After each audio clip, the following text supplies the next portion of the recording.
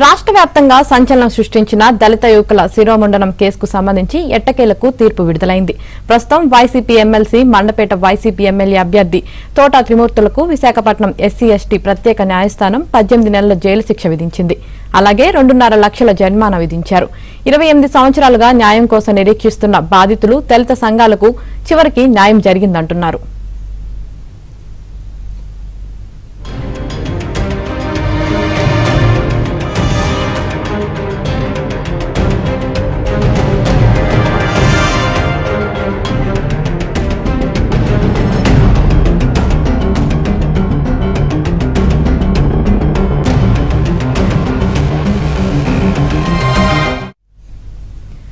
రాష్ట్ర వ్యాప్తంగా సంచలనం సృష్టించిన దళిత యువకుల శిరోముండనం కేసుకు సంబంధించి ఎట్టకేలకు తీర్పు విడుదలైంది.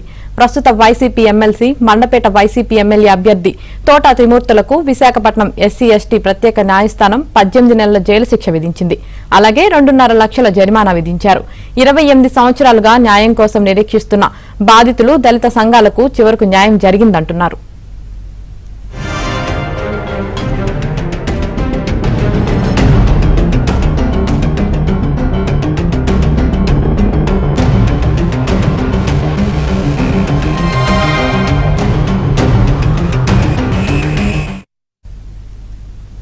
ఇరవై 28 సంవత్సరాలుగా న్యాయం కోసం నిరీక్షిస్తున్న దళిత యువకుల కేసుకు సంబంధించి తీర్పు వెలువడింది. దీనికి సంబంధించి మరింత సమాచారం మా ప్రతినిధి నాయుడు లైవ్ లో అందిస్తారు. నాయుడు,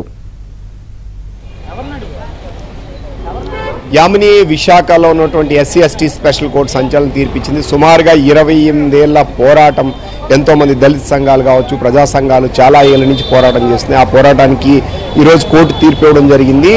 ఏదైతే ఎమ్మెల్సీగా ఉన్నటువంటి ఎమ్మెల్సీతో పాటుగా దాదాపుగా 10 మందికి 18 నెలల పాటు జైలు శిక్ష విధించడంతో పాటుగా 2,50,000 రూపాయలని జరిమానా కూడా విధించింది. అయితే అప్పటి నుంచి పోరాటం చేస్తున్న వాళ్ళు దళిత సంఘాల నేతలు మనతో పాటు ఉన్నారు.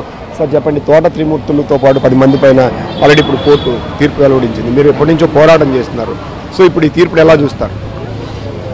సరే, ఇప్పుడు ఈరోజు ఇచ్చిన తీర్పు ప్రకారంగా అయితే మాత్రం అంటే 28 సంవత్సరాలు నలుగుతున్న సమస్యని అనేక రకాల ఆటంకాలు చేసి, అనేక బెదిరింపులు చేసి, మరి దళితుల మీద ఈరోజు అతి పెద్ద ఎత్తుగా దాడులు చేసి, మరి 1986 ఈ టైంలో కూడా కారంసూడు, సుండూరు, నీరుకొండ అనే ఆ పదిరికొప్ప అంటే ఈరోజు దళితుల మీద ఎక్కడ దాడి చేసినా సరే అడిగేవాడు లేడు, ప్రశ్నించలో లేడు అనేదానికి ఈరోజు కోర్టు తీర్పిచ్చింది కూడాను మనకి ఉదాహరణ.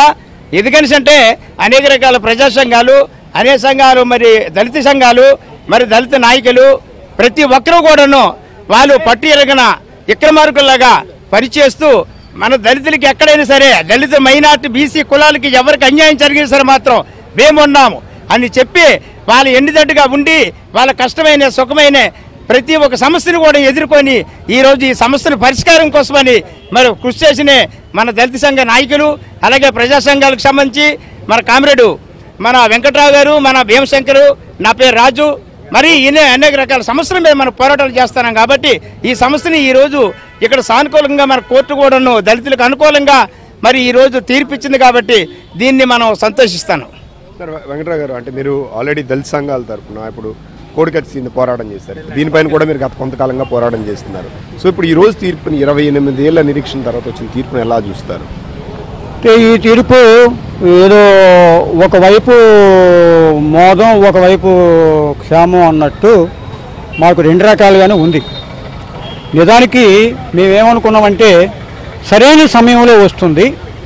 ఏ రాజకీయ పలుకుబడిని ఉపయోగించి అతను విర్రవీగిపోయి దళితుల మీద దాడి చేశాడో, ఏ రాజకీయ పదవిని ఉపయోగించుకుని మా దళిత కుర్రాడిని అనంతబాబు చంపేశాడు, ఇలాంటి రాజకీయ పలుకుబడి ఉన్నవాళ్ళు ఇలాంటి పనికిమాలిన పని చేసినప్పుడు సరైన శిక్ష పడి వాళ్ళ రాజకీయ భవిష్యత్తుకి సమాధి అవ్వాలని చెప్పి మేము కోరుకుంటాం.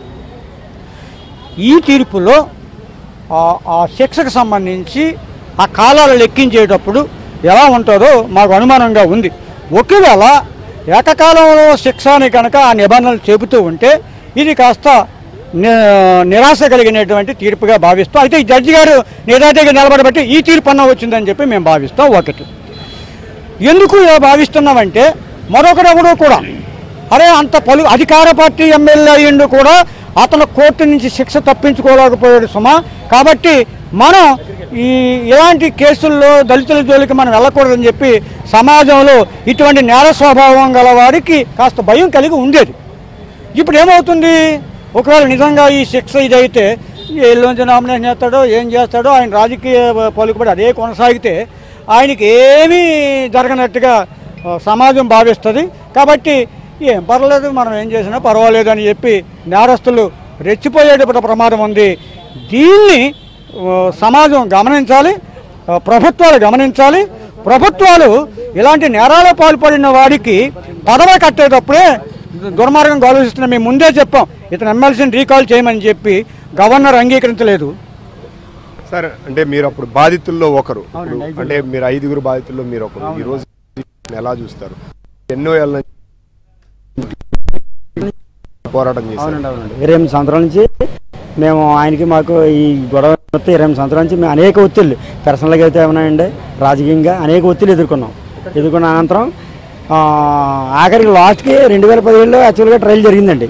అప్పుడు ఆ 2017లోనే ఇది ఎలా శిక్ష ఆ రోజున మాకు న్యాయం జరిగింది ఆ రోజున జరుగుతుంది అనుకున్నాం. ఆ రోజున కూడా ఆఖరికి ఆ అవకాశాన్ని కూడా ఆయన వదలలేదు. మళ్ళీ బాధితుల్లో శిరోమండ బాధితులు 2 క్యాసెట్ వీళ్ళు అది ఎస్సీలే కదని కన్వర్టెడ్ క్రిస్టియన్ అని చెప్పి మళ్ళీ ఒక ఎలిగేషన్ తీసుకొచ్చి దాన్ని మళ్ళీ 7 సంవత్సరాల నుంచి మేము కోట్లంటా తిరగడం జరిగింది. ఆఖరికి ఎట్టకేలకు అంటే ఆ రోజు ఘటనకు కారణం ఏంటండి? ఆ రోజు శిరోమండలం ఇది అంతా పొలిటికల్ గ్రెడ్జ్ అండి. 1994లో ఈయన సాధారణ ఎన్నికల్లో ఈయన ఇండిపెండెంట్ ఎమ్మెల్యేగా పోటీ చేశాడు. గంట గుర్తు మీద పోటీ చేయనప్పుడు మేము శిరోమణి బాధిత ఇద్దరు నేను ముగ్గురు కలిపి మేము బీఎస్పీ తరఫున పోలింగ్ ఏజెంట్లుగా పనిచేసాం.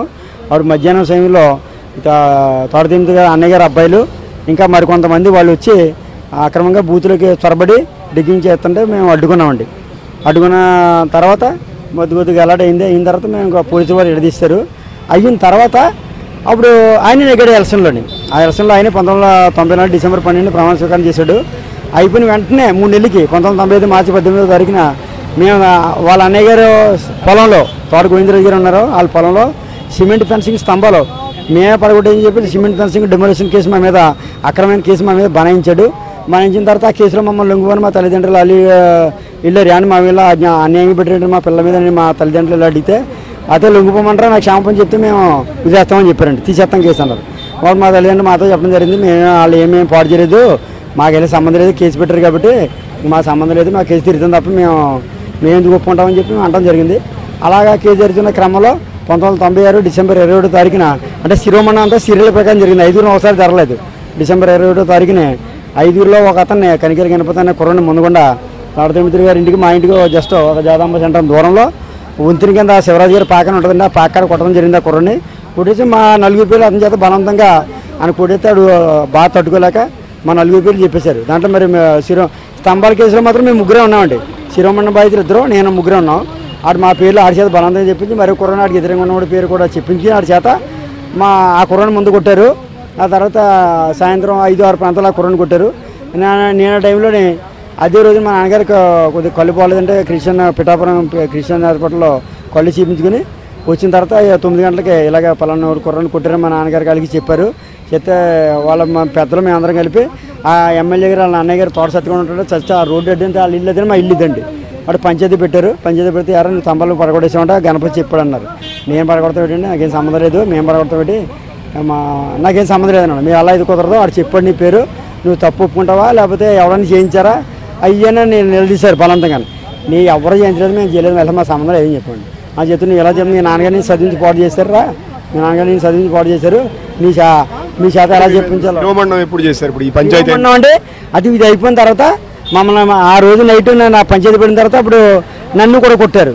కొట్టిన తర్వాత మమ్మల్ని ఇద్దరిని తీసుకెళ్లి దాసారామ స్టేషన్లో పెట్టారు, బంధించారు. ఆ తర్వాత ఇంకొకరిని ఫైనల్గా ఏం కోరుతున్నారు మీరు? ఫైనల్గా మాకు ఇప్పుడు 28 సంవత్సరాలు మేము ఈ శిరోమణి కేసులు అనేక ఒత్తిళ్ళు పర్సనల్గా ఎదుర్కొన్నాం, రాజకీయపరంగా అనేక ఒత్తిళ్ళు ఎదుర్కొన్నాం. యాక్చువల్గా 2017లో ఈ కేసు ట్రయల్ జరిగింది విశాఖపట్నం కోర్టులోనే. అయితే కోర్టు ఇప్పుడు వాళ్ళు అప్పీల్కి దీనికి వెళ్తారనేది ఒకటి చెప్తున్నారు. అది వాళ్ళ ఇష్టం ఉండదు, మాకు సంబంధం. మీ కోర్టు న్యాయం జరిగిందని న్యాయం జరిగింది అంతే అండి. 28 సంవత్సరాల అనంతరం మాకు న్యాయం జరిగింది, సంతోషంగా ఉంది. తర్వాత పరిణామాలు తర్వాత జరుగుతాయి.